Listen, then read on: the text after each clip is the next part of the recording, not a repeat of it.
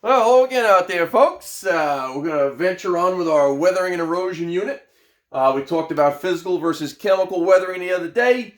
And then, of course, we talked about the rate at which weathering occurs. And today we're going to talk about the agents that actually transport sediment, the erosion part, and what forces in nature contribute to moving that weathered sediment. All right, over here you can see we have some kind of a slide. Obviously, gravity a big part there. Over here, you can see a lot of that rock has been sculpted away. That's Bryce Canyon out in Utah. Absolutely gorgeous landscape.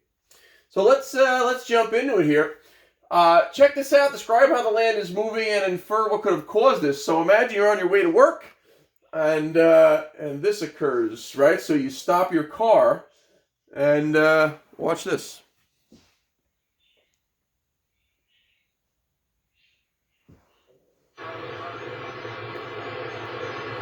Right, you think it's all cool. It's about to turn around, and all of a sudden, yeah. Could you imagine if you were too close to that? That'll throw your car right off the cliff. So if you ever encounter that scenario, you want to get the heck out of there. Those are huge boulders, right? A car wouldn't hold up to that at all. And of course, you can see it's very damp, right? Probably triggered by a lot of rain. And eventually the soil just couldn't hold anymore. Pretty wild stuff.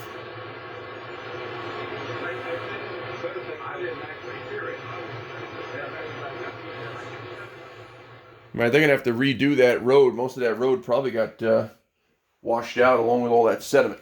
All right, so read this through. How do we define erosion, right? That transport of sediment. Weathering is the breakdown of sediment. Erosion is the transport. So read that through. And there it is, transporting weathered sediments from one place to another. That's what erosion is. And there are 5 agents, right? The number one agent, of course, is water. Water's number one, and then based on these other pictures, you should be able to tell others, right? That looks like wind. This ice here is representing a glacier. But like I said, running water is number one. So here's your 5. Water's number one, rivers and streams. Glacial ice is number 2. And then not necessarily in order, right? Depends on the climate. You have wind. Gravity is the force behind them all. Waves, right? Just a different type of moving water. But all of these agents are responsible for transporting sediment nonstop around the world. Okay? The mysterious force behind them all, of course, what is that force that pulls things down, right, toward the center of the earth? If you said gravity, you're correct, right? It makes water flow downhill. It makes glacial ice come down the mountains. And, of course, it makes wind drop the sediments they're carrying after they've been blown away. So gravity, of course, a huge piece of this as well. How are sediments transported by gravity alone? Well, a couple of things you've probably heard. The first one you see here is a landslide, where the soil, can't be supported anymore. Maybe there was too much rain. Maybe there was an earthquake. And down it comes. Now, these are all homes down here. And yes, landslides have killed lots of people over time. There was one town, it's called Armero, somewhere in South America, I believe. And there was this big volcano, and there was a town, downslope of the volcano. And it was a huge volcano, so there was a glacier on the top. Well, the volcano erupted suddenly, and it melted all that ice from the glacier. That melted ice turned into water, came down, turned into a mudslide, right? It mixed with all the mud, and it buried almost the whole town. It was an unbelievable event. Most of the town obviously passed away, but it just keeps you humble, folks. The forces of nature are not nothing to be reckoned with. So that was a landslide. Here you have what appears to be cars stuck in the mud. Looks like that was a mudslide. Okay. The next one here, you've all heard of snow collapsing, right? We call that an avalanche. Let's see if this will play here. This was a skier caught in an avalanche. Let's see if this will work. Okay, I'm gonna drop. Check this out. Buried alive. This video, posted on the internet, appears to show a skier being swept into an avalanche as he takes on a mountain in Alaska. The incident apparently took place last spring. The skier, with a camera mounted to his helmet, drops in and starts making his way down the mountain. Then he hits a patch of shifty snow, kicking off an avalanche that completely swallows him in. His camera captures it all and picks up his audio. So he's getting buried alive right there.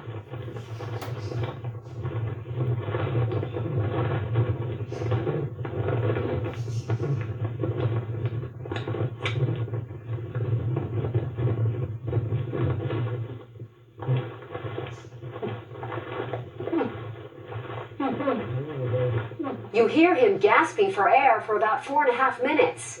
Some of his fellow skiers watched the whole incident from the top of the mountain and came to his rescue, digging him out after the avalanche stopped. So that was MSNBC.com. That was sped up video, right? He was under there for 4.5 minutes. They miraculously found him. That's amazing. So now he can breathe. Now they got to dig out the rest of him.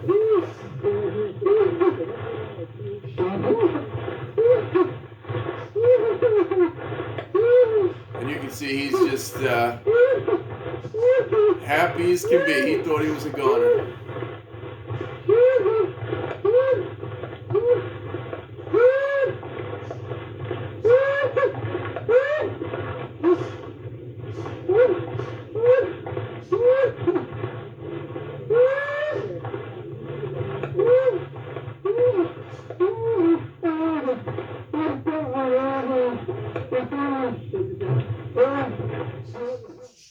Unreal. Scary stuff. I couldn't even imagine being buried alive. This was one of the state quarters that was made. This is called the Old Man on the Mountain. You can kind of see the profile of an old man. And one day, this is what it looked like in real life. And then one day, after it was during the spring, you get that freeze-thaw frost action, you know. And that was it. One morning it came down and the old man was no more. It looked like this. And of course the quarter now is kind of a special monument to it because it no longer looks like the old man on the mountain. That is called a rock slide there, or rock fall. And then the slowest one of them all is called creep. So over time the soil creeps down the mountain, but slow enough that it doesn't uproot the trees, but it gives them enough time to bend and point back toward the sun. So you can imagine how slow it is.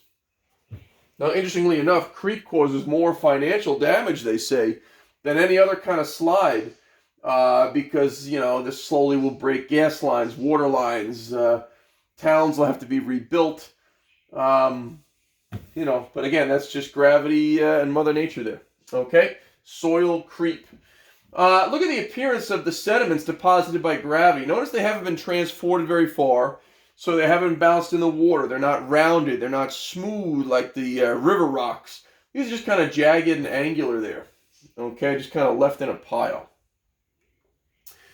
So now I got a couple clips in this lesson, right? Check this one. This is a more comical one. Not sure if you saw this one. Check out the power of the wind in this movie here.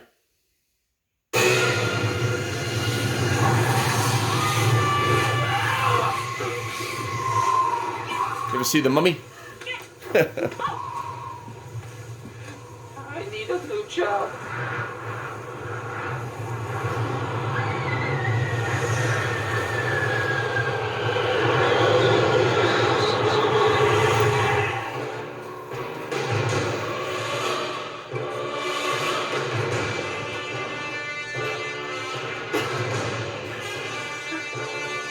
Oh my God. We're back.